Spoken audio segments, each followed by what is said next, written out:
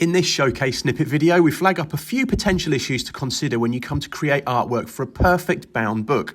This particular publication is a photo book, but the same principles apply to children's books, FMPs, and all self-published work. If your book has 40 pages or less, then the spine will be 3mm. This is the minimum depth we can perfect bind and just about gives us enough area to apply the strong binding glue.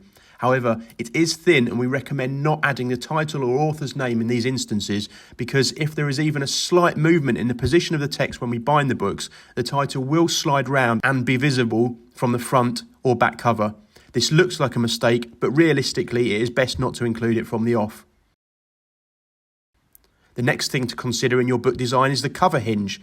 This is a 7mm hinge which forms a wide flat area to strongly glue the front cover to the first text page. So it is crucial you keep any content out of that 7mm area and ideally 12mm plus from that side of the 4 pages which are affected. Those 4 pages are the inside, front and back covers and the first and last text pages. Our example here shows hidden text because the hinge does cover it. The same applies at the end of the book where the hinge spans the last text page and the inside back cover. Opening the book, you'll notice that in perfect bound books like this one, there is also a few millimetres on each side of the spine that is hard to see without applying too much pressure to the pages. On double page spread images, that is generally okay, and the reader can use imagination to work out what is in the spine gutter. But for pages where there is detail, text, or important content in the centre, then that can be partially obscured, like the man on the beach here.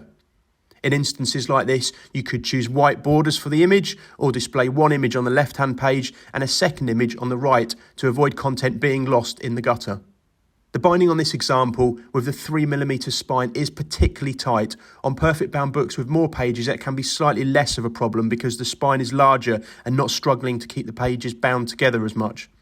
A different binding method you could consider is stapling or wire stitching, where it's eminently easier to open the pages completely flat.